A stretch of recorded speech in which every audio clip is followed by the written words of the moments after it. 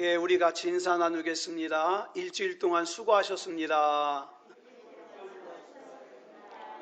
은혜 받고 돌아갑시다.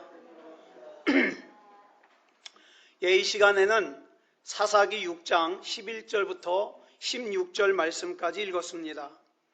은혜 받을 말씀의 제목은 하나님께서 내 안에 심으신 나입니다. 하나님께서 내 안에 심으신 나.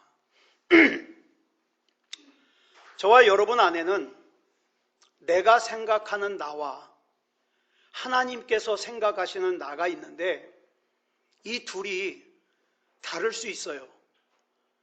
내가 생각하는 나는 너무나도 평범한 나예요. 아니, 어쩔 때 생각하면 평균 이하인 것처럼 생각이 될 때가 있어요. 그런데 하나님께서 죄송합니다.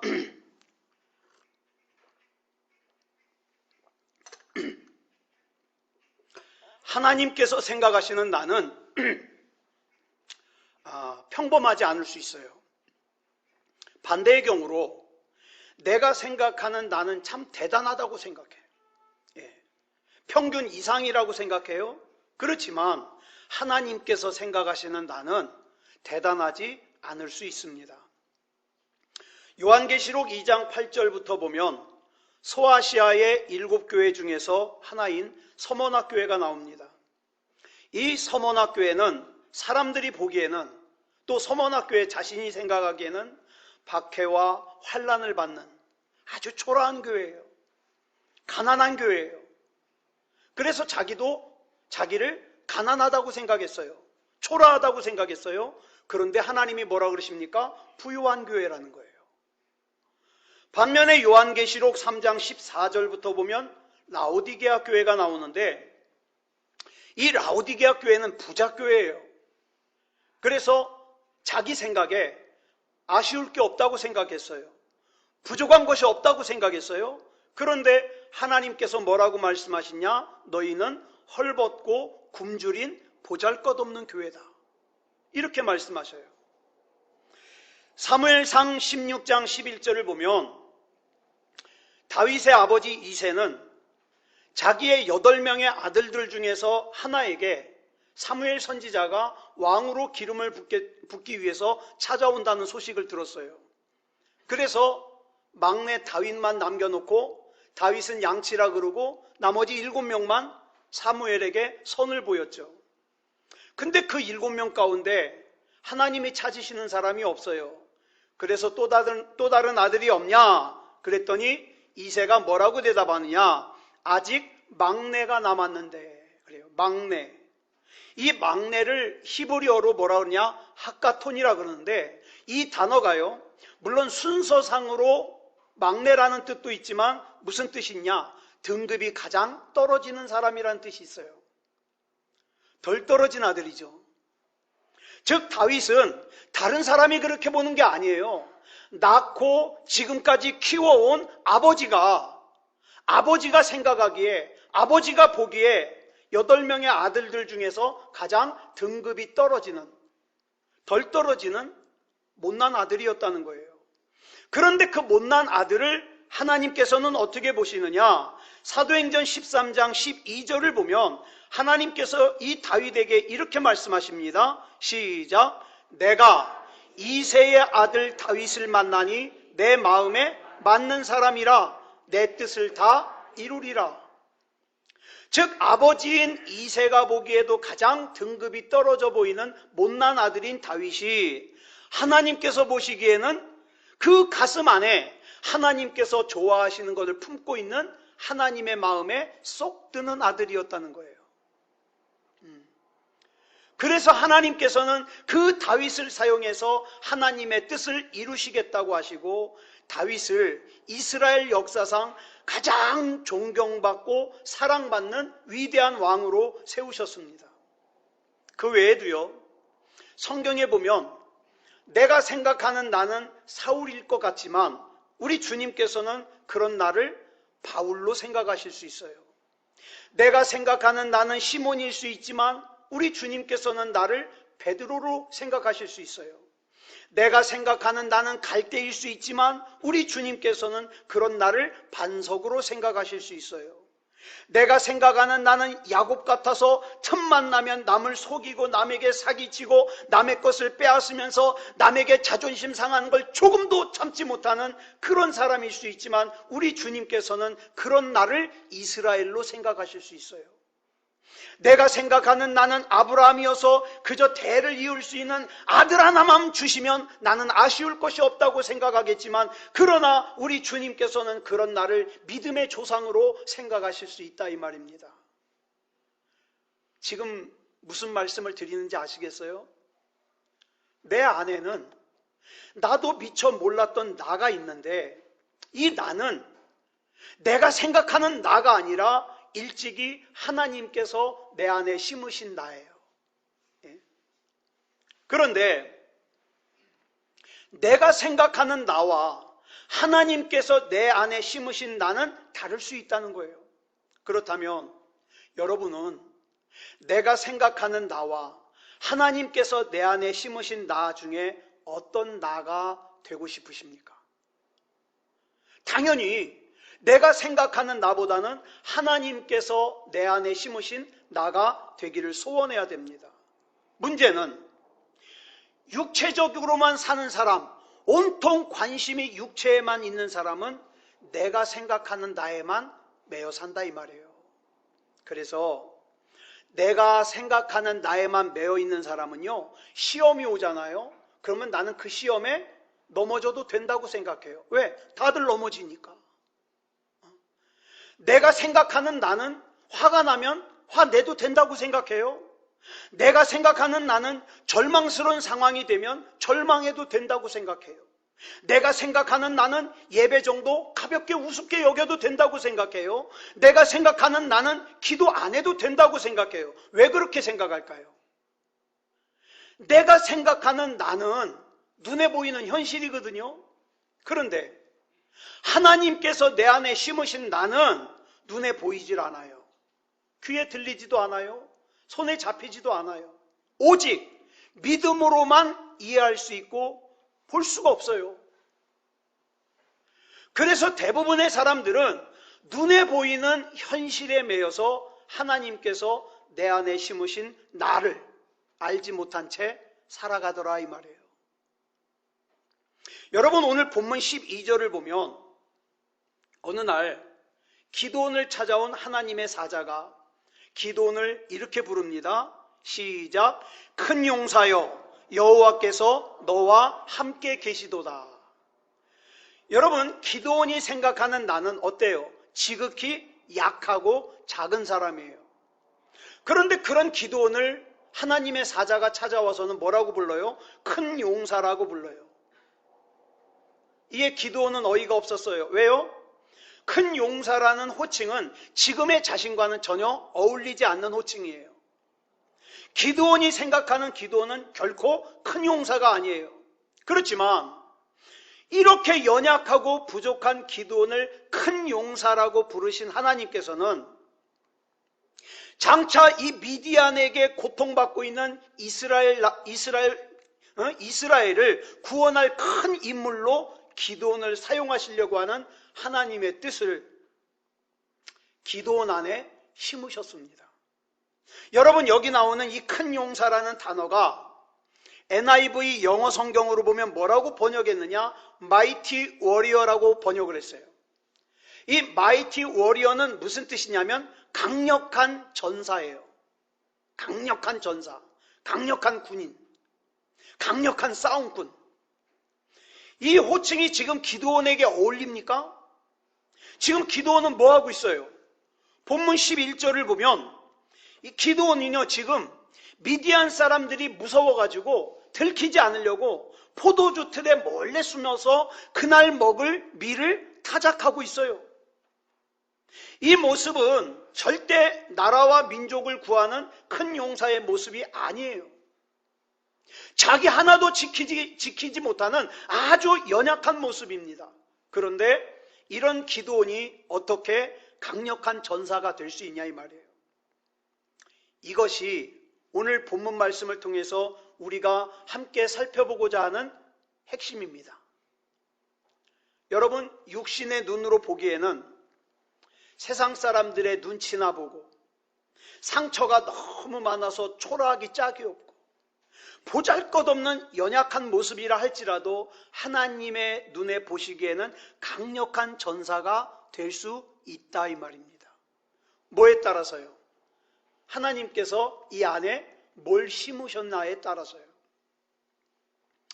저와 여러분도 마찬가지인 것이 사람들이 저와 여러분을 어떻게 보든지 상관없습니다. 저와 여러분의 진정한 평가는 하나님께서 나를 어떻게 보시느냐에 달려 있어요. 여러분, 기드온의 지금 현재 모습은 형편없는 겁쟁이에요. 그렇지만 하나님께서는 그런 기드온을 큰 용사라고 부르십니다. 결론부터 말씀드리면 여러분, 기드온의 나중은 기드온 자신이 생각하는 모습이 되었습니까? 하나님이 기드온 안에 심으신 모습대로 되었습니까? 하나님이 기드온 안에 심으신 모습대로 됐어요. 즉 기드온은 하나님의 말씀대로 하나님께서 생각하시는 대로 나라와 민족을 구하는 큰 용사가 되어서 특별히 하나님께서 선발하신 300명의 용사와 함께 미디안의 군대 13만 5천 명을 물리치고 나라와 민족을 구했습니다. 그렇다면 우리는 마땅히 어떻게 해야 됩니까? 내가 생각하는 나에게서 눈을 들어 하나님께서 내 안에 심으신 나를 바라봐야 됩니다. 그런데 기드온이 하나님께 부르심을 받을 때의 시대적인 배경을 보면 참 영적으로 암울한 때였습니다. 사사기 6장 1절 우리 같이 보겠습니다. 시작. 이스라엘 자손이 또 여호와의 목전에 악을 행하였으므로 여호와께서 7년 동안 그들을 미디안의 손에 넘겨주시니 이스라엘 자손이 여호와의 목전에서 악을 행하였답니다. 근데 그냥 악을 행한 게 아니라 어떻게 악을 행했어요? 또 여호와의 목전에서 악을 행하였어요. 이 말은 이스라엘이 어때요? 반복적으로 하나님 앞에서 악을 행했다는 뜻입니다. 여러분, 우리가 세상을 살다 보면 여러분은 안 그런지 모르겠는데 잘 한번 들어보세요. 공감하시나? 이 세상을 살다 보면 나를 힘들게 하고 나를 시험 들게 하고 나를 비틀거리게 하는 또 나를 무너지게 하는 그 문제가 가만히 보면은 비슷한 종류예요? 다른 종류예요? 전 보면 항상 같은 종류예요. 같은 종류. 여러분, 그 문제의 종류가 같다는 건 무슨 뜻입니까? 내가 유독 연약한 어떤 한 부분이 있다 이 말이에요. 그 부분을 내가 넘어서지 못하고 있다는 뜻입니다. 어떤 사람은요, 다른 건 다 괜찮아요. 착해요. 돕는 것도 잘해요. 그런데 돈에 약해요. 그래가지고 돈에 관해서는 하나님께도 인색하고 사람에게도 인색해요. 그런가 하면 또 어떤 사람은 다른 부분에 있어서는 다 괜찮아요. 막 돈도 인색하질 않아요. 막 헌금도 잘하고 그 다음에 사람들도 많이 도와주고 선교도 잘하고 잘해요. 그런데 성적으로 약해요. 음란에 관해서 이기질 못해요. 여러분, 그래서 미국에서도요, 대형교회 목사들이요, 이 음란한 문제 때문에 퍽퍽 나자빠졌잖아요. 그런가 하면 또 어떤 사람은요, 돈도 인색하질 않아요. 헌금도 잘하고 사람들도 잘 도와주고 다 해요. 그 다음에 음란하지도 않아요. 예수 이름으로 요셉같이 다 이겨냅니다. 그런데 유독 자기를 둘러싼 경계가 너무 심해요. 그래서 필요 이상의 자존심 때문에 다른 사람도 힘들게 하고 자기도 힘들어요. 그런 자기가. 그런 사람이 있어요. 그 외에도요, 다른 부분은 다 괜찮은데 유독 약한 부분 때문에 같은 문제에서 계속 반복해서 걸려 넘어지는 사람들이 있더라 이 말이에요. 여러분, 성경을 보면 사사시대를 한마디로 뭐라고 설명하냐? 자기 소견에 옳은 대로 행하는 시대, 이렇게 평합니다. 하나님을 알아요. 하나님을 알지만 하나님을 예배하기는 하지만 하나님께서 뭘 기뻐하시는지는 전혀 관심이 없어요. 어저께 어떤 목사님 설교를 듣는데 극동방송에서 선물과 뇌물의 차이를 설명합니다. 여러분, 선물과 뇌물의 차이가 뭐예요? 다 주는 건 똑같아요. 선물과 뇌물의 차이가 뭐예요? 대가. 그것도 맞아요. 대가. 가장 중요한 차이가 뭐냐? 마음이에요. 사랑하는 마음이 있어서 주는 것은 선물이에요. 근데 사랑하는 마음이 없이 대가를 바라고 주는 것은 뇌물이에요. 여러분, 지금 우리가 드리는 이 예배는 하나님께 선물입니까? 뇌물입니까? 여러분, 이 예배가 뇌물이 되면 어떻게 돼요? 하나님, 내가 이 시간 예배 참석했으니까 복 주시옵소서. 나 잘 살게 해주시옵소서. 이건 뇌물이에요. 복 받기 위해서 하는 거니까. 그런데 나는 하나님 사랑해요. 나 하나님 아니면 안 돼요. 아까 우리 김재원 집사님 기도하셨습니다마는 주일 예배가 막 기다려져요. 하나님 말씀이 기다려져요. 그건 뭐예요? 사랑하는 거예요. 그건 예배예요. 예배. 예. 그래서 제가 참 어저께 은혜를 받으면서 들었습니다. 여러분, 이 사사시대의 모든 관심의 기준이 어디에가 있었냐? 어떻게 하면 내가 원하는 걸 얻을까? 여기에 가 있었어요. 그러다 보니까 기도가 무너졌어요. 순종이 무너졌어요. 온전한 예배가 무너졌어요. 물론 제사는 드립니다. 하나님 앞에 제사는 드립니다. 그런데 영적이질 않아요. 그래서 여러분, 이렇게 무너져 있는 사람들은요, 자기가 생각하는 것 그 이상으로 영적으로 무너져 있을 수 있어요. 그래서 창세기 4장 7절을 보면 하나님께서 가인에게 이렇게 말씀하십니다. 시작. 죄가 너를 원하나 너는 죄를 다스릴지니라. 여기 보니까 왜 하나님께서 이 말씀을 하시냐? 가인이 얼굴 표정이 좋질 않아요. 여기에 온통 불평불만이 가득 있어요. 그래서 하나님이 가인에게 물어보셔요. 너 왜 이렇게 인상 쓰냐? 그러면서 하시는 말씀이 이 말씀이에요. 여러분, 죄는 언제나 저와 여러분을 원합니다. 왜? 무너지게 하려고. 지옥으로 끌고 가려고. 그렇기 때문에 이 죄를 이기고 다스리지 못하면 죄에게 잡아먹힙니다. 죄에게 잡아먹히면 어떻게 되는지 아십니까? 하나님 의심합니다. 죄에게 잡아먹히면 예배 떠납니다. 죄에게 잡아먹히면 기도도 떠납니다. 죄에게 잡아먹히면 말도 안 되는 범죄를 하면서도 자기가 죄를 짓고 있다는 걸 알지를 못해요. 이렇게 돼요. 그래서 이 말씀을 쉬운 성경은 또 이렇게 번역하고 있어요. 시작. 죄는 너를 다스리고 싶어 하지만 너는 죄를 다스려야 한다. 가인이 결국 이 죄를 다스리지 못해서 죄의 다스림을 받아서 어떻게 됐는지 아십니까? 그 다음 8절에 보면 자기 동생 아벨을 때려 죽입니다.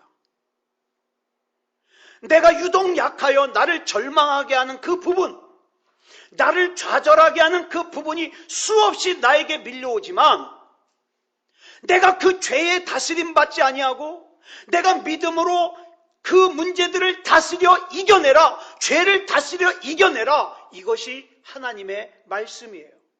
그렇다면 기드온 시대의 삶의 환경이 어땠습니까? 미디안이 자주 쳐들어와요. 그래가지고 이스라엘 백성이 그 미디안 사람들이 무서워서 산에 들어가서 숨어서 살아요.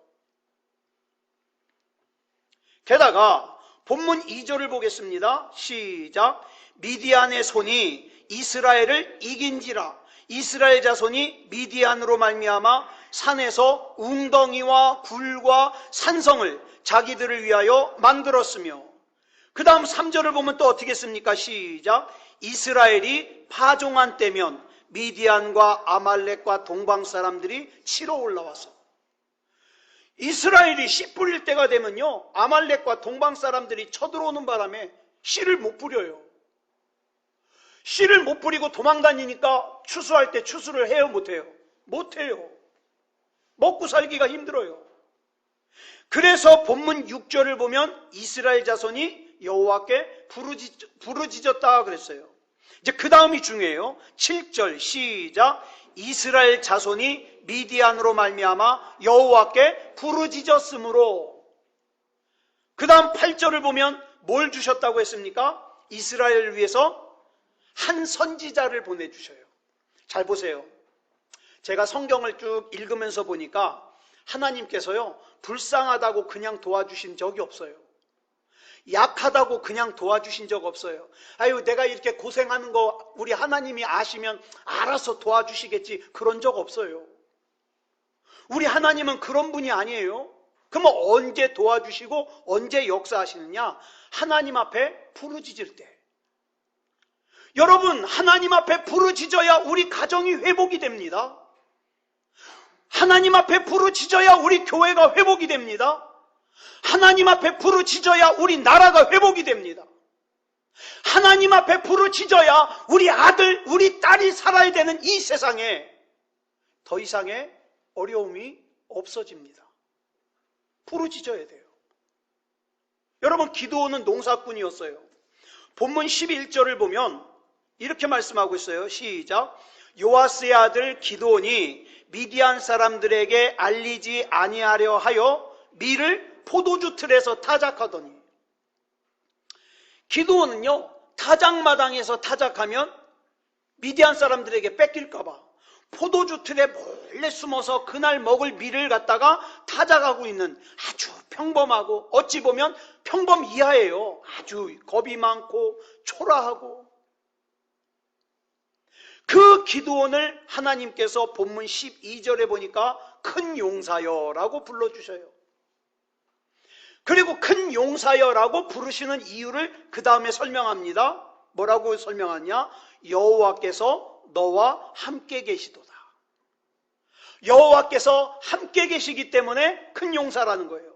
즉 기드온이 큰 용사일 수 있는 이유는 기드온이 힘이 세서가 아니고 싸움을 특별하게 잘해서도 아니라 여호와께서 함께 계시기 때문에 큰 용사다. 오늘 저와 여러분도 마찬가지예요. 저와 여러분이 큰 용사일 수 있는 것은 여러분이 특별히 공부를 많이 해서가 아니에요. 착각하면 안 돼요. 여러분이 특별히 재산이 많아서도 아니에요. 여러분이 특별히 인맥이 좋아서도 아니에요. 하나님께서 저와 여러분을 큰 용사로 쓰시고자 하시는 것은 여호와 하나님께서 함께 계시기 때문이에요. 그래서 저와 여러분은 수시로 하나님을 우러러봐야 됩니다. 하나님, 나 하나님 아니면 안 돼요. 나 지금도 함께 계셔주세요. 기도해야 되는 거예요. 요셉이 어느 날 꿈을 꿨습니다.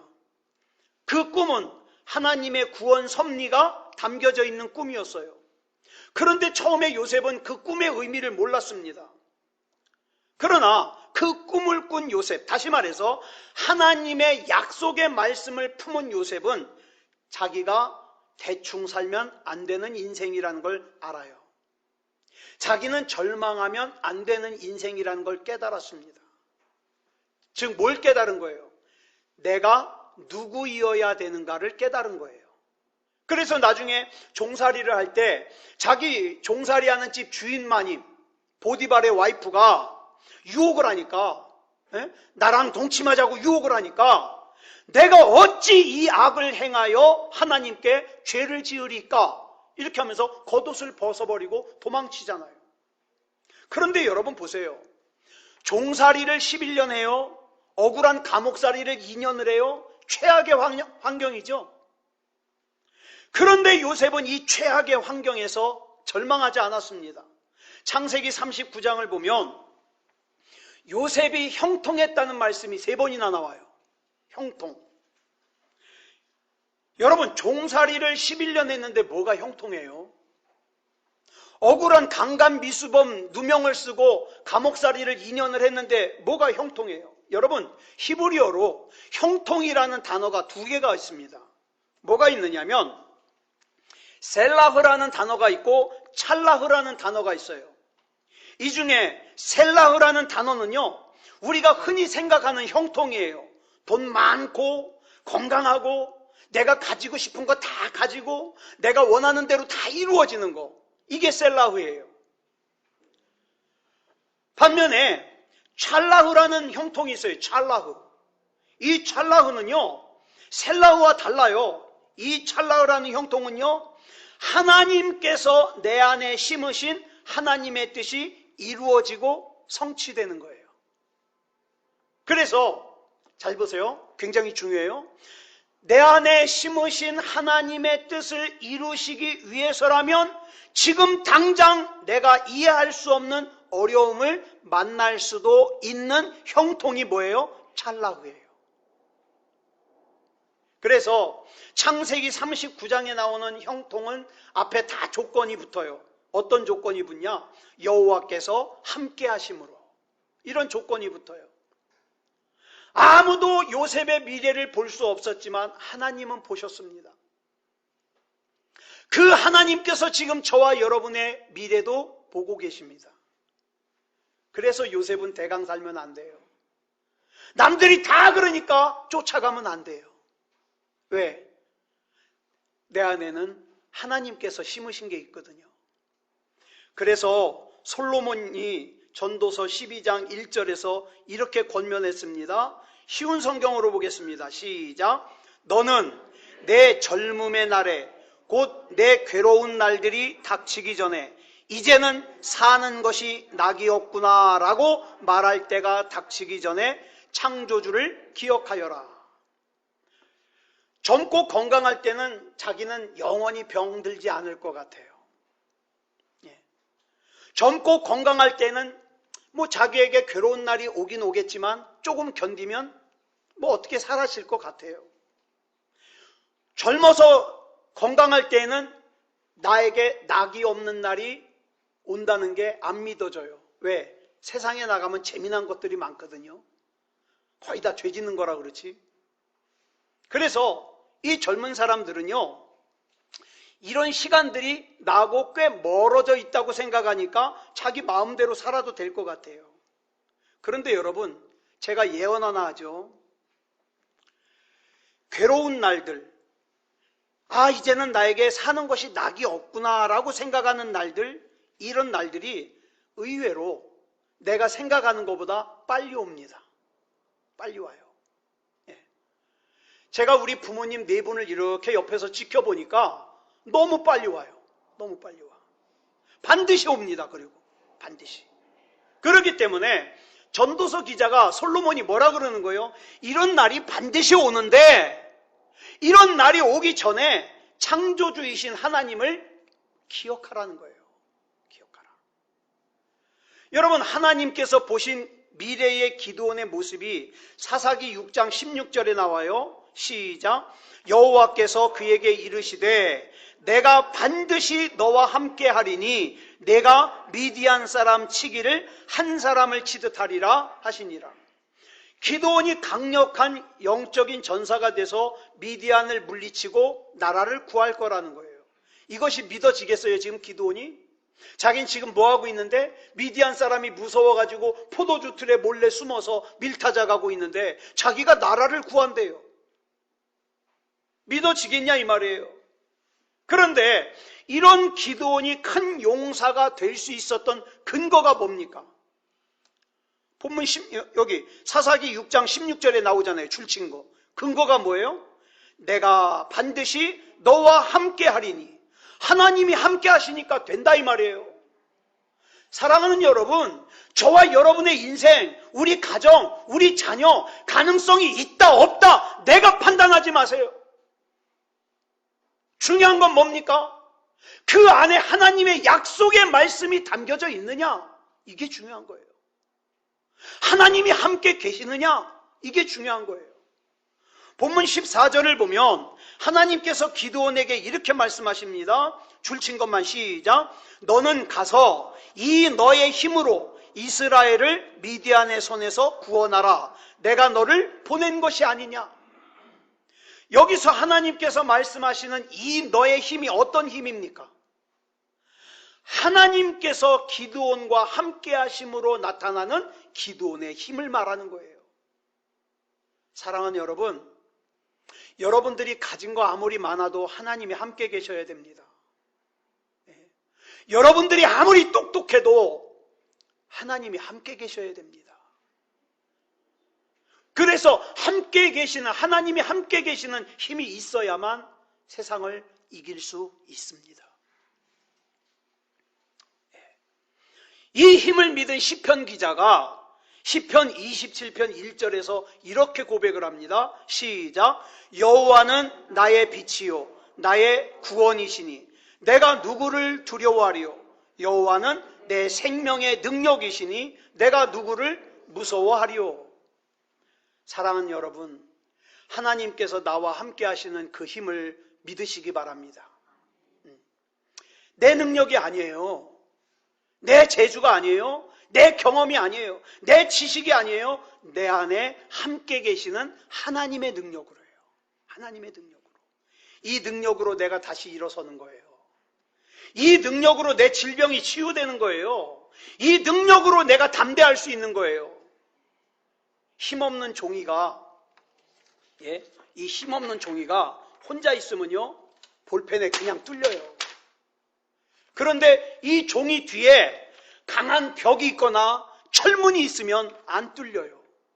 이 종이가 강해서가 아니에요. 뭐가 강한 거예요? 뒤에 받치고 있는 벽이 강한 거예요. 사랑하는 여러분, 힘드십니까? 무기력하십니까? 때로는 자존심 상하십니까? 불안하십니까? 염려와 걱정이 많아요? 내 힘으로, 내 한계 안에서 그걸 이기려고 하지 마시고 하나님께서 나와 함께 계심을 믿으시기 바랍니다. 하나님께서는 단순히 나를 위로만 하시는 분이 아니라 승리하게 하시는 하나님이에요. 여러분, 기도원을 큰 용사여라고 부르신 하나님께서 저와 여러분도 그렇게 부르시길 원하셔요. 큰 용사여, 내가 너와 함께 있다. 너 지금까지 잘하면서 나 많이 만났잖아. 내가 너와 함께 있어. 두려워하지 말아라. 염려하지 말아라. 비록 지금 현재 나는, 제가 그래요. 제 자신을 보면 비록 현재 나는 포도주 틀에 숨어서 밀타작을 하던 기도원 같은 모습이에요. 하나님, 난 할 줄 아는 게 없는데요. 난 정말 보잘것없는 그 포도주 틀에 숨어서 밀타작하던 기도원 같은 전데요. 그런데 내 모습이 그럴지라도 하나님과 함께만 있으면 형통한 자가 되어 나의 미래는 내가 생각하는 내가 아니라 하나님께서 내 안에 심으신 내가 된다, 이 말입니다. 그런데 여러분, 이렇게 하나님께서 내 안에 심으신 내가 되는 데 있어서 가장 큰 장애물이 뭔지 아세요? 의외예요. 의외로 뭐냐? 내 생각이에요. 내 생각. 아유, 내 생각에는 나는 너무 늦었어. 내 생각에는 나는 너무 늙었어. 내 생각에는 나는 못해. 내 생각에는 나는 안 돼. 내 생각에는 나는 불가능해. 내 생각에는 나는 틀렸어. 좀 심하게 말씀드릴게요. 그건 네 생각이고 하나님이 함께 하시는 사람은 다르다니까요. 그러다 보면 자연스럽게 이게 내 생각에, 부정적인 내 생각에 사로잡히다 보면 자연스럽게 따라오는 게 뭔지 아십니까? 누구 때문에, 무엇 때문에라는 원망, 불평 따라와요. 그래서 이 원망과 불평하는 사람들을 가만히 지켜보면 하나님과 함께 있기보다는 다른 거 선택합니다. 엉뚱한 거, 어리석은 거 선택해요. 오늘 이 시간에 하나님께서 내 안에 심으신 나가 되는 데 있어서 장애물이 되는 부정적인 내 생각들을 다 깨뜨리시기 바랍니다. 된다 안 된다 내가 결정하지 마세요. 나는 뭐만 하면 돼요? 포도나무이신 주님 앞에 붙어 있기만 하면 돼요. 그러면 내가 필요한 것은 다 포도원 농부이신 하나님께서 포도나무를 가꾸어 주실 것이고, 나는 그 포도나무 줄기가 빨아 올린 것을 가지인 나는 그냥 먹으면 돼요. 다시 한번 말씀드립니다. 우리 하나님은 단순히 저와 여러분을 위로만 하시는 분이 아니에요. 나를 살리시고 나를 일으키시고 나를 회복시키시고 완성해 가시는 분이에요. 지금 현재의 나의 상황과 처지와 형편과 모습으로 낙심하거나 좌절할 필요 없어요. 여러분 안에는요, 여러분 보세요. 사과씨 하나를 땅에다 심잖아요. 보이는 건, 눈에 보이는 건 작은 사과씨 하나지만 이게 싹이 나가지고 사과 나무가 되면 그 사과씨 안에 잠재되어 있는 능력은요, 어마어마한 거예요. 그런데 지금 당장 내 눈에 안 보인다고 절망하면 돼요? 이 안에 담겨져 있는 게 얼마나 크고 위대한데. 여러분 기억하세요. 내 인생은 내가 생각하는 대로 되는 것이 아니라 하나님께서 내 안에 심으신 대로 된다. 여러분은 지금 여러분 자신을 어떤 눈으로 보고 계십니까? 아주 오래전에 나온 찬양인데요, 최덕신이라는 분이 지은 찬양인데 전 이 찬양 참 좋아해요. 3절에 보면 이런 가사가 나와요. 주위를 둘러보면 아무도 없는 듯 믿음의 눈을 들면 보이는 분 계시네. 지금도 내 안에서 역사하고 계시는 사망과 어둠의 권세 물리치신 예수님, 주를 찬양, 손을 들고 찬양. 전쟁은 나에게 속한 것 아니니 주를 찬양, 손을 들고 찬양. 전쟁은 하나님께 속한 것이니. 아멘. 저는 이 찬양 너무 좋아해요. 전쟁은 내 학력에 속한 것도 아니고 내가 얼마를 가지고 있느냐에 속한 것도 아니고 내 능력이 어떻게 되느냐에 속한 것도 아니에요. 하나님께 속해 있어요. 하나님께. 그래서 이 찬양 가운데 가사를 이렇게 바꾸죠. 승리는 하나님께 속한 것이니, 치유는 하나님께 속한 것이니, 회복은 하나님께 속한 것이니, 능력은 하나님께 속한 것이니, 나는 그저 하나님이 아니면 안 되는 신앙 가지고 하나님께 붙어 있기 원합니다. 믿음다운 믿음으로 살기를 원합니다. 이 신앙으로 하나님께 기대하시기 바랍니다. 약하고 초라한 기드온이었지만 그가 자기를 향하여 큰 용사라고 불러주시는 하나님의 음성을 들었고 그 하나님의 음성 앞에서 믿음과 순종의 삶으로 반응했을 때에 하나님의 말씀이, 하나님의 약속이, 하나님의 계획이, 하나님의 섭리가 그의 삶에 능력으로 역사하는 놀라운 능력의 삶을 살았습니다. 우리도 하나님의 부르심에 믿음으로, 신뢰로, 순종으로 반응했으면 좋겠어요. 하나님께서 저와 여러분 쓰시고자 하십니다.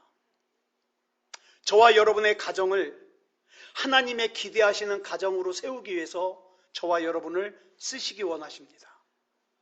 우리 교회를 위해서 여러분을 쓰시길 원하십니다. 이 나라 이 민족을 위해서 쓰시길 원하십니다. 부정적인 생각으로 에이 나 다 해봤어. 그건 자기가 해본 거잖아요. 네.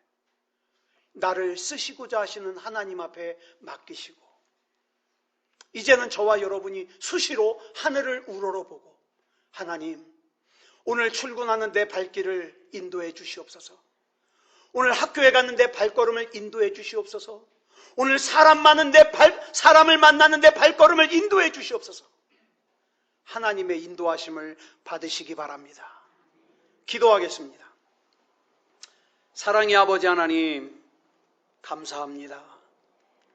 하나님의 은혜 가운데 인도하여 주셔서 이 시간에 사사 기드온을 큰 용사여라고 불러주신 하나님께서 참 연약한 우리를 아무것도 할 수 없고 상처만 많고 자존심만 시퍼렇게 살아있는 나를 큰 용사여라고 불러주시니 감사합니다. 이제는 나의 모든 것 다 내려놓고 우리 주님 부르심 붙듭니다. 나를 부르신 주님 앞에 믿음으로 순종합니다. 하나님 사용해 주시옵소서. 할 수 있다 없다 가능하다 불가능하다를 내가 결정하지 말게 하시고 나를 큰 용사여라고 불러주신 하나님의 인도하심 가운데 행하여 주시옵소서. 사랑의 아버지 하나님, 질병의 문제도 하나님께 속해 있음을 믿습니다. 여호와 라파 치료하신 하나님께서 치료하여 주시옵소서. 재정적인 문제도 하나님께서 책임져 주시옵소서. 하나님, 우리 예수님의 이름으로 정말 좋은 일 많이 하고 싶습니다. 그 일을 통하여 우리 예수님이 세상 사람들에게 칭송을 받았으면 좋겠습니다. 물질도 많이 부어 주시옵소서. 또 좋은 사람 만나게 해 주시옵소서. 상처가 치유되게 해 주시옵소서. 우리 하나님께서 붙잡아 주시옵소서. 모든 것을 우리 주님 앞에 맡겨드리오며 그리스도 예수님의 이름으로 감사하며 기도드렸사옵나이다. 아멘.